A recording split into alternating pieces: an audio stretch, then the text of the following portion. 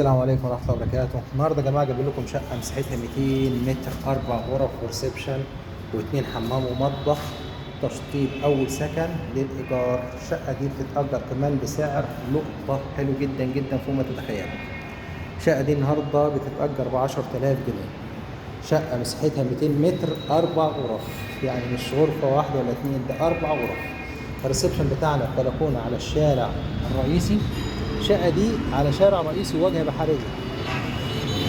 الشارع بتاعنا شارع المنشية الرئيسي عند ميدان الساعة.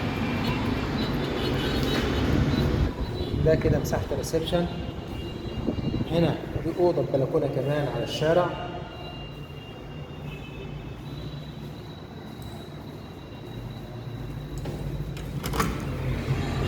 دي عندنا بلكونة على الشارع.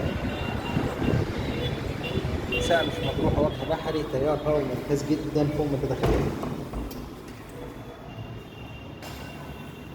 دي أول أوضة موجودة عندنا. نرجع كده، موجود عندنا هنا الحمام الصغير مع الريسبشن.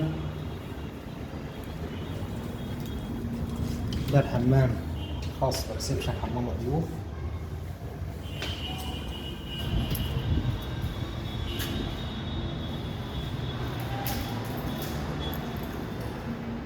هنا في الطرق الداخلية، نبدأ من اليمين. دي تاني أوضة موجودة عندنا على الشارع. ده موجود المطبخ، مطبخ يعتبر أوضة. نكمل في الطرق. ده موجود عندنا الحمام الرئيسي.